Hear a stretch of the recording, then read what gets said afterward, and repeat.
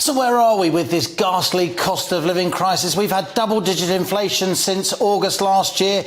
Is there an end in sight? Rishi Sunak and Chancellor Jeremy Hunt certainly hope so. Well, let's have a look at the scores on the doors, the numbers from the ONS, which came out this morning. There you have it.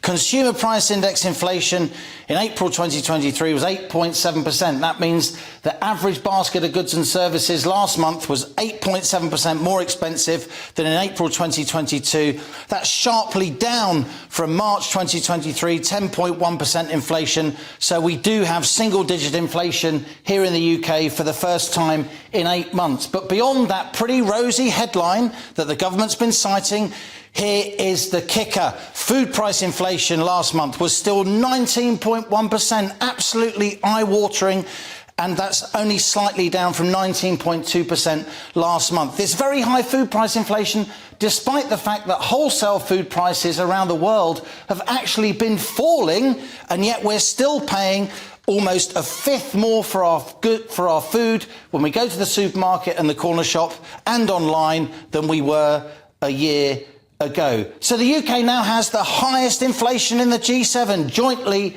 with Italy, 8.7% there in April. Eurozone inflation, 7.0%. And in the US, inflation is below 5%, not least because they have much cheaper energy prices.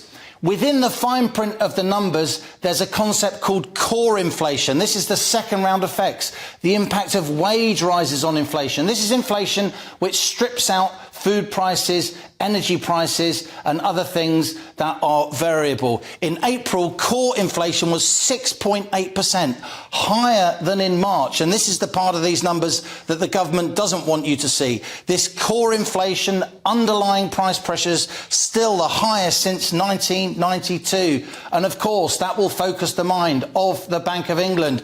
When it comes to interest rate rises, look at the right-hand side of that graph. We've had 12 interest rate rises since December 2021, from 0.1% to 4.5% last month. It does now seem that when the Monetary Policy Committee meets on June the 22nd, we will see another interest rate rise to 4.75%.